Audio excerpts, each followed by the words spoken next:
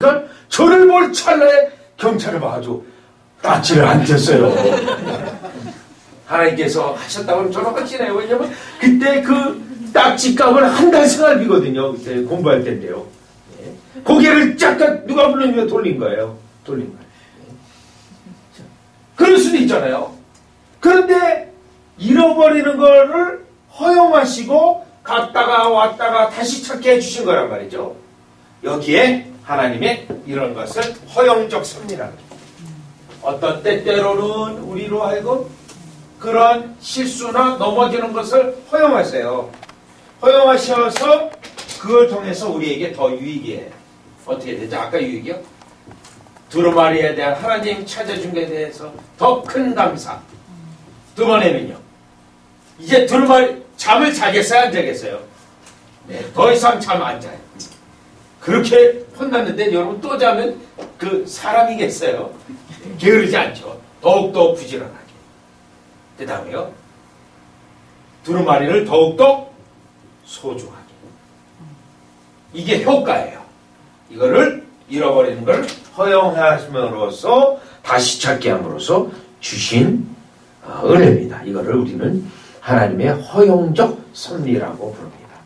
자, 이렇게 해서 그는 결국 그 길을 밤에 어두운 길에 계속해서 갔습니다. 부지런히. 그때 그는 아름다운 성을 하나 만나게 됩니다.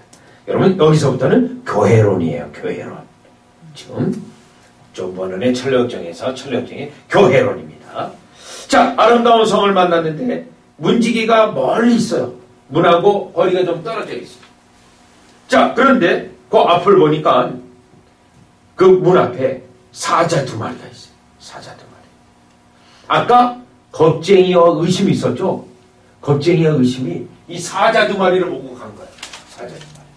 그런데 아름다운 성은 교회를 상징해요. 그래서 크리스천도 사자 두 마리를 보고 이야 큰일 났다. 나도 돌아가야 되는가? 어떡하지? 큰일 났다. 그러고 있을 때 문지기가 불러요. 여보시오 여보시오. 당신은 그렇게 믿음이 없습니까? 아니 사자를 잘 보십시오. 사자 두 마리는 쇠사슬에 묶여 있습니다. 그렇기 때문에 당신은 가운데로 정가운데로 오면 사자로부터 해를 받지 아니하고 들어올 수 있습니다. 이 말을 해주는 거예요. 문지기가 도와주는 거예요. 역시 믿음이 연약하지만 문지기가 도와주는데요. 그때 질문해요. 아니 그럼 왜 이 하나님의 집 교회에 사자 두 마리를 여기 이렇게 놨습니까? 예, 문지기가 얘기해요. 아 그거는요 믿음이 없는 사람이 걸르기 위한 겁니다. 이 말을 해요. 믿음이 없는 사람은 사자 두 마리를 보고 교회에 못 들어오도록요. 믿음이 없는 자가 뭐예요? 교회는 반드시 믿음이 있는 자로 구성된 공동체라는 거예요. 구성된 공동체. 제가 여러분 포틀랜드에 있을 적에요. 이미 목회할 적에 어떤 분이 집사님이라고 하는데 성경 공부를 하는데 성경 66권도 모르고 성경이 어디에 모이는지도 모르더라고요. 그래서 아니 언제 집사 됐습니까? 저는 그런 거 이렇게 보면 못 참거든요. 왜냐면 고쳐줘야 되니까. 언제 어떻게 해서 집사 됐습니까? 그랬더니 교회를 친구 권유로 나오게 되었는데 교회에 다 집사인데 이분만 성도니까 목사님이 어느 날 교회 나온 지 한 달 정도 됐는데 오늘부터 그냥 집사해! 그래가지고 집사 됐다는 거예요. 네. 그러니 뭐 성경을 알아요. 뭐 성경에 하나님은 아무것도 모르고 그냥 친구 따라 그냥 재미삼아 오는 거죠. 안 된다는 거예요. 그런 회원이 교회에 있으면 교회가 무너지고 교회가 세속화되고 교회가 하나님의 교회가 안 된다는 거예요. 청교도 때문에 이거 강조하는 거예요. 그래서 믿음이 없는 자를 분별했는데 그러면 이 정가운데 들어오게 돼 있다는 거예요. 이 부분은 교회론 첫 번째 고린도전서 4장입니다. 고린도전서 4장에 보면 교회에는 하나님의 말씀에 근거한 법이 있어요. 법. 네. 4장 6절입니다. 고린도전서 4장 6절에 보면 형제들아 내가 너희를 위하여 이 일에 나와 아볼로를 가지고 본을 보였으니 이는 너희로 하여금 기록한 말씀 밖에 넘어가지. 이거예요. 기록한 말씀 밖으로 넘어가면 안 돼요. 교회는 규칙이 있고 하나님의 역사로 인한 질서가 있는데 그래서 말씀 밖으로 못 나간다는 교회가 다 말씀에 근거해서 지배를 그러니 교회는 내 뜻을 주장하는 것이 아니고요. 하나님의 말씀으로 인하여 나를 죽이는 곳이에요. 교회가. 말씀의 지배를 받고 주의 통치를 받는 거예요. 왜요? 교회의 머리가 그리스도이기 때문에요. 그래서 요 한가운데로 되어 있습니다. 자, 증교도들은 실제로 교회 언약법이라고 해서 교회 회원이 되려면 반드시 사인하도록 되어 있어요. 그래서 교회에서 누구 혼담하지 않는다, 뭐 어쩐다 다 되어 있습니다. 예, 특별히 미국 PCA 장로교회 같은 경우는 아예 교회에 규칙이 있어요. 그래서 새신자에게는 반드시 교회 규칙을 줍니다. 자, 이렇게 해서 안으로 들어갔을 때 문지기입니다. 그가 어디서 왔으며 어디로 가는지 묻고 있습니다. 자, 이 질문은 그가 회심했는지 여부를 확인해요. 온전한 은혜를 받았는지를 확인하고 있는 장면입니다. 어떻게 해서 그랬더니 크리스찬이 저는 은혜 없음이라는 사람이었는데 멸망의 도시에서 살았는 사람이었는데 하나님의 말씀을 읽다가 영적 각성이 일어나고 그리고 전도자를 만나서 좁은 문을 통과하고 그리고 십자가 언덕을 통과하고 여기까지 왔습니다. 그랬더니 이 문지기가 그 옆에 있는 종을 칩니다. 자, 교회 회원이 되는데 쉽게 될 수 없습니다. 그래서 일단 아까 사자를 통과해야 되고 두 번째가 문지기를 통과해야 되고 그래서 문지기는 종을 울립니다. 그리고 처녀를 불렀습니다. 이 처녀는 분별이라고 하는 처녀예요. 자, 이 분별이라는 처녀는 교회의 직원을 말합니다. 직원이요. 그랬더니 이 분별이라는 처녀가 나와서 당신은 어디서 왔으며 어디로 가고 있고 그동안에 순례길에 오면서 어떤 경험을 했는지 질문을 합니다. 뭐죠? 구원의 은혜가 있는지 여부를 확인하죠. 구원의 은혜가 있는지의 여부를요. 그때 그 모든 고백을 듣고 이 분별의 눈에서는 눈물이 흐릅니다. 하나님의 진정한 백성이 구원의 은혜를 받고 교회에 들어오게 됨을 너무너무 감사해서 하나님께 감사하는 그 가운데 눈물을 흘렸어요. 자, 이렇게 해서 그는 일단 문지기를 통과하고 분별이라는 처녀를 통과하고 이제 그 아름다운 집에 들어가는 것을 허락받습니다. 교회 회원이 되었어요. 그런데 회원이 되었는데 그는 저녁 식사가 지금 심사하는 장면이에요. 과연 구원의 은혜가 있는지 없는지. 그러면 여러분 이 부분도 중요한데요. 고린도후서 7장 1절 가보죠. 이거를 우리는 경건이라고 불러요. 고린도후서 7장 1절. 구원의 은혜가 있는지 없는지 여부를 확인하는. 자, 고린도후서 7장 1절을 보면 7장 1절입니다. 그런즉 사랑하는 자들아 이 약속을 가진 우리가 하나님을 두려워하는 가운데서 거룩함을 온전히 이루어 여러분 거룩을 추구하고요. 육과 영의 온갖 더러운 것에서 자신을 깨끗하게 하자. 네, 죄와 싸우는 모습이에요. 두 개예요. 두 개. 요거를 경건이라고 부릅니다. 두 개를. 그러면 이 경건은 어떤 자에게 나와요? 반드시 회심한 자에게만 나오는 거예요. 반드시 회심한 자. 그래서 칼빈은 기독교 강요를 1536년에 출판했을 때요. 책 이름을 뭐라고 지었냐면 경건을 위한 책이라는 내용. 간단히 말하면 경건을 위한 책이다. 뭐죠?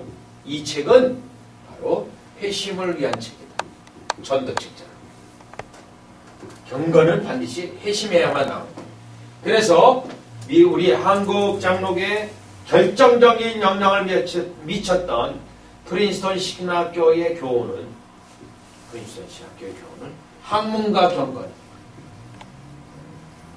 하나님의 말씀을 배우고 성령의 역사로 반드시 회심해서 경건이 나와. 그래서 이 프린스턴 교훈은 평양신학교 교훈이로 그대로입니다. 평양신학교 교훈이 학문과 경건. 예, 1902년에 세워진 학교예요. 한국에. 자, 그 회심한지 여부를 확인했습니다. 그리고 그 아름다운 집으로 받아줍니다. 그러고 나서 저녁이 준비될 때까지 3명의 처녀를 또 불러요. 3명의 처녀를 또 불러서 저녁이 준비될 때까지 대화를 나누라고 합니다. 자, 저녁이 준비될 때까지 그 저녁은 성찬을 의미해요. 이 사람이 과연 성찬에, 주의 성찬에 합당한지 아닌지의 여부를 확인하는데, 아까 여러분 분별이라는 처녀였죠. 이번에는 신중, 경건, 자예. 그래서 모두 4명의 처녀예요. 직원이에요. 그러면 이 4명의 처녀의 이름은 교회 직원의 영적 자질을 가져요. 신중해야 되고 분별력이 있어야 되고 경건해야 되고 자애로워야 교회 직원이 교회의 집사님과 장로가 될 수 있어요. 4가지가 있어요. 그런데 여기 왜 다 처녀죠? 중요한 자상하고 친절해야 돼요. 자상하고 친절하지 않으면 교회 직원이 될 수 없어요. 뭐 퉁명스럽다거나, 특별히 이민교회는 더 그렇죠. 저도 이제 이민교회 할 때 우리 교회 권사님이 계셨는데 의사 선생님이었어요. 한국서부터 의사 선생님이 됐고 미국에서 의사 선생님 하신 지 30년이에요. 그런데 굉장히 아주 퉁명스러워요. 그래서 제가 권사님에게 또 그런 건 못 보죠. 그냥 왜 이렇게 퉁명스럽냐 했더니, 목사님 죄송합니다. 제가 30년 의사 선생을 해가지고요, 항상 지시만 해야 돼. 지금은 여러분 아주 의사도 친절하지만 이 처방은 왜 이 처방을 드리고 지금은 이 처치는 무슨 거를 위합니다. 아주 자상하지만 옛날에는 그런 거 없었잖아요. 그냥 따뜻하게 하세요. 우리 사모님이 약사님 이렇게 약 먹고 잘 하세요. 그러잖아요. 옛날에는요. 다 그랬잖아요. 그래서 자기가 퉁명스러웠다는 거예요. 그래서 제가 그랬어요. 아무래도 권사님은 교회 안내를 서서는 안 되겠습니다. 왜냐면 퉁명스러우니까요. 예? 안 되겠습니다. 권사님은 주방 가서 밥 하세요. 그랬더니 알겠어요 목사님. 그럼 갔더니 곳에 또 언제 또 다시 나와서 주보를 들고 안내를 했어요. 그런데 또 문제가 생겼어요. 문제가 늘 이제 퉁명스럽다 보니까 어떤 젊은 부부가 왔는데, 젊은 부부가 왔어요. 아니 왜 애를 안 데리고 왔어요? 그러더라고요. 또 그 애를 데려오든 안 데려오든 나중에 다 할 텐데, 처음 오는 가정이었는데요. 그런데 그 가정은 불임 가정이에요. 불임 가정. 직격탄 맞은 거죠. 직격탄. 여기 교회 나오는데 애를 못 낳는데 또 왜 안 데리고 왔냐 했더니, 여러분 그 가정이 그 다음 주 왔겠습니까? 100% 안 오죠. 여러분요. 그래서 처녀예요. 신중하고, 네, 분별을 하고 또 자애롭고 해야 됩니다. 그러면 이 처녀가, 3명의 처녀가 신중 경건 자애가 물어보는데, 이 경건은 그에게 애심의 체험이 있는지 물어보는 거고요. 자애는 어떤 질문을 하냐면, 자애는요, 왜 식구들 안 데리고 왔습니까? 이 질문을 하는 거예요. 그래서 식구들을 안 왔습니다. 그랬더니, 당신이 혹시 예수 믿는다고 하면서 생활이 바르지 못해서 식구들에게 본을 끼쳐서 못 온 건 아닙니까? 찌르는 거예요. 그때 예, 맞습니다. 제가 식구들을 전도하려고 했었는데 그들은 결코 듣지 않았습니다. 그들이 또 나를 따라오지 않은 건 나의 행동의 부족함 때문일 수도 있습니다. 제 잘못을 인정합니다. 그때 받아줘요. 네. 또 신중. 지금까지 시험 받은 거에 대해서 또 시험하는 거예요. 뭘 말하냐면 그가 과연 주의 성찬에 합당한 자인지 확인하는 것입니다. 그래서 결국은 주의 성찬에 합당한 자로 판정이 나서 그가 지금 질문하고 있습니다. 아주 날카롭게요. 그리고 그는 저녁 식사를 같이 하게 됩니다. 질문하는 장면이에요. 그래서 여러분 지금도 로스앤젤레스 북쪽의 벤나이스라는 곳에 가면은 그레이스 커뮤니티 존 메가더 목사님 교회가 있는데요. 거기는 주의 성찬에 합당하지 않은 자를 교회의 사무실 입구에 게시합니다. 이번 성찬에 여기 상기에 기록된 사람 주의 성찬 받지 못합니다. 네. 굉장히 강력해요. 네. 주의 성찬 함부로 대하지 못하도록요. 그런 걸 우리가 한인교회도 좀 배우고 좀 그래서 교회의 위선자가 좀 생기지 않도록 진짜 신자의 비율을 높여야 되는데요. 그게 한국교회 현대의 문제점입니다. 네. 그러다 보니 교회 경건 능력이 없고 말씀 능력이 없고 이단은 더 활개치고 말이죠. 자, 이렇게 해서 그들은 저녁 식사를 같이 한 다음에 여기서부터는 신자가 교회를 통해서 누리는 4가지 복이에요. 신자가 교회를 통해서 누리는 복. 그날 밤 2층에 안식이라는 방에 올라가서 그가 평안히 피곤한 모든 것을 쉬게 됩니다. 자, 첫 번째 복. 신자가 교회를 통해 누리는 복, 안식이에요. 영적 안식. 영적 안식. 자, 그래서 그는 그날 밤 아주 평안히 잤습니다. 두 번째, 그 다음날 그 4명의 처녀는 그들을 데리고 도서관을 데려갔어요. 도서관에 갔더니 거기에는 예수님을 믿었던 많은 믿음의 인물들에 대한 기록의 책이 있고 여호와 하나님에게 충성했던 사람들의 기록도 있고 또 가장 중요한 예수 그리스도의 행적에 대한 기록들이 있어요. 교회의 두 번째 기능, 하나님의 말씀을 배우고 또 배우고 배우는 거예요. 제가 1992년에 뉴욕으로 이제 들어가게 됐는데 92년도 들어갔을 때 그 뉴욕 맨하탄에 있는 디모디 켈러의 리디머 처치를 한번 가봤어요. 뭐 굉장히 유명했고 최근에는 은퇴했는데 그 교회가 이제 뉴욕 시립대학의 강당을 빌려서 교회를 하고 있었는데요. 교회 입구에 딱 이렇게 돼 있어요. 성경 공부하기 싫어하는 사람은 우리 교회에 나오지 마세요. 써 있어요. 네. 우리 교회에 나오려면 성경 공부 반드시 해야 된다는 거예요. 너무 충격이었어요. 이야, 그 당시요. 이제 막 신대원 졸업하고 막 목회 초년생이었을 때요. 그분이 맞았던 거예요. 그분이요. 그리고 제가 다녔던 300년 된 미국 교회는 모든 교인이요. 반드시 9시에 나와야 돼요. 모든 교인이. 9시에 나와서 일부 예배 드리는 자는 일부 예배로 가고 그 일부 예배로 안 가는 자는 반드시 성경 공부를 가야 돼요. 그리고 그 9시에서 10시 반까지 끝나잖아요. 그러면 성경 공부했던 자는 반드시 이제 예배로, 2부 예배로 가고 또 1부 예배 드렸던 자는 반드시 또 성경 공부를 가게 돼 있어요. 예. 또 그런 교회는 고든 맥도날드의 교회도 그렇더라고요. 매사추세츠에 한번 그 교회도 갔는데 반드시 모든 교인이 9시에 나오도록 되죠. 그래서 반드시 공부를 하도록. 그러고 나서 오후 예배는 팀 켈러 같은 목사님은 자신이 오전 예배에 설교했던 것을 오후에 성경 공부로 만들어서 다시 그걸 공부하더라고요. 성경 공부로요. 자, 교회의 두 번째 기능입니다. 배워야 돼요. 하나님의 말씀을 계속 배우는 것. 세 번째 기능입니다. 교회는 성도들로 하여금 영적 무장을 시켜주는 것이에요. 그래서 그 4명의 처녀는 크리스찬을 대고 무기창고로 데려갔어요. 그래서 무기창고에 갔더니 사단 병력도 무장할 수 있는 그런 창고였습니다. 그래서 그들은 4명의 처녀는 이와 같이 전신갑주를 입혔는데 에베소 6장에 있는 전신갑주였어요. 그리고 그 무기창고에는 삼손의 나귀 턱뼈도 있었고 또 다윗의 물매도 있었고 또 기드온의 항아리와 햇불 나팔도 있었습니다.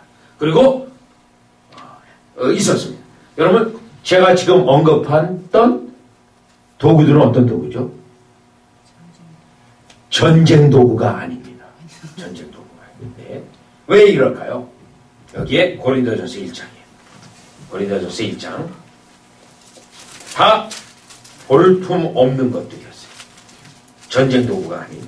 여러분, 기도원에 300년 나팔, 항아리, 햇불 뭐 그걸 가지고 뭐 전쟁을 어떻게 해요? 뭐 김장 담그는 것도 아니고 항아리는 또 왜 가지고 가나요? 예. 전쟁 도구가 전혀 아닙니다. 자, 이건 뭐냐면 고린도전서 1장 27절입니다. 하나님이 사용하시는 도구들이 다 볼품 없어요. 볼품 없는 도구를 사용하셔서 목적은요, 하나님 자신의 능력을 나타내는 겁니다. 하나님 자신. 고린도전서 1장 1절 27절입니다. 그러나 하나님께서 세상에 미련한 것들을 택하사 지혜 있는 자들을 부끄럽게 하려 하시고 세상에 약한 것들을 택하사 강한 것들을 부끄럽게 하십니다. 하나님께서 세상에 천한 것들과 또 멸시받는 것들과 없는 것들을 택하사 있는 것들을 폐하려 하시나니.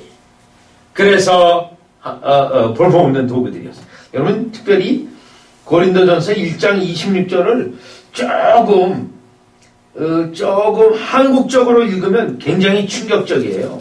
한국적으로 읽으면 제가 한번 잠깐 흉내내 보겠습니다. 하나님께서 세상에 미련한 것들을 이렇게 한번 해보세요. 미련한 것들.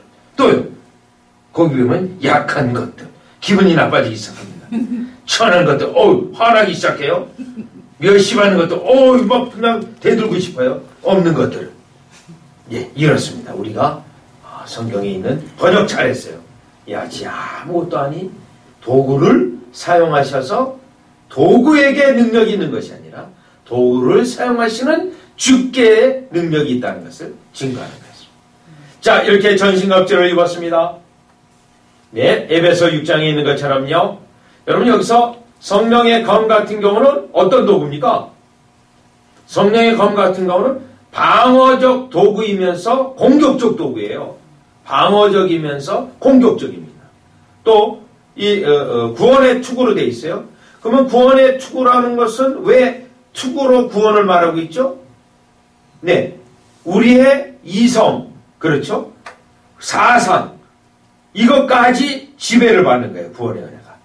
그러면 여기에 믿음의 방패, 마귀의 계계를 무찌르는 거죠. 또 이 흉배, 이 흉배는 뭐를 지키는 거죠? 믿음하고 같이 따라가는 거예요. 양심, 거듭난 양심이에요. 예. 우리가 거듭날 때 양심도 거듭나거든요. 이게 같이 간다는 겁니다. 같이 가요. 에베소 6장이요. 자, 이렇게 전신갑주를 입었고 이제 떠나려고 해요. 그랬더니요. 여기에 또 복음의 신발. 복음의 신발은 두 가지 의미가 있습니다. 이 군화잖아요. 이 군화라는 건 어떤 환경에서도 견디는 거예요. 복음 전하는 게 반드시 좋은 환경에 있다는 게 아니에요. 복음 전도 자체가 좋은 환경에서 편안하게 하는 게 아니라 아주 험난한 상황 속에서 복음 전한다. 또 복음 신발이라는 건 복음의 평안한 신발이라고 했잖아요. 결국 복음으로 말미암아 내 심령이 평안함을 유지하는 것. 그걸 또 의미하기도 합니다. 요 에베소 6장에. 그런데 이걸 이제 전신갑주를 입고 이제 순례길을 떠나려고 하는데 또 여기가 세 번째 기능이에요. 아까 이 무기창고는 여러분이 안식의 방, 그 다음에 도서관, 무기창고, 네 번째 하나가 더 있다는 거예요. 그 다음날 아침 아름다운 집 위에 올라가서 보여줄 게 있다는 거예요. 그래서 그런 하룻밤을 더 자고 그 다음날 아침에요. 그 아름다운 집 위에 올라가서 멀리 아름다운 산이라는 곳을 보게 됩니다. 이 아름다운 산이라는 곳은 상당히 신앙의 수준이 높아진 걸 말해요. 즉 교회는 네 번째 기능이에요. 높은 수준의 신앙으로 도전받는 것이 교회입니다. 그러면 높은 신앙의 수준이라는 건 과연 어떤 상태를 말할까요? 자, 요한일서 2장. 우리의 신앙의 수준이 몇 단계로 나눌 수가 있는데요. 요한일서 2장을 보시면 요한일서 2장 여러분 12절, 13절, 14절인데 12, 13절이 14절에 다시 요약됐어요. 14절이에요.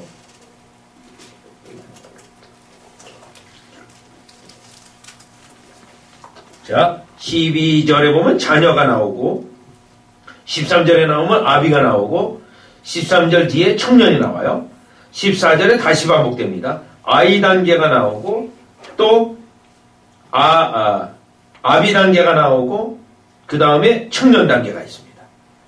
생물학적으로 분류해보면 아이는 제일 낮은 단계예요. 네? 그러면 아이 단계의 신앙은 뭐죠? 아버지, 하나님 아버지를 아는 지식이 있어요. 그러면 그 다음에 청년은요. 흉악한 마귀의 계계를 알고 마귀와 싸울 수 있어요. 대적할 수 있어요. 아비 단계는요. 하나님의 높으신 경륜을 알아요. 요 세 단계.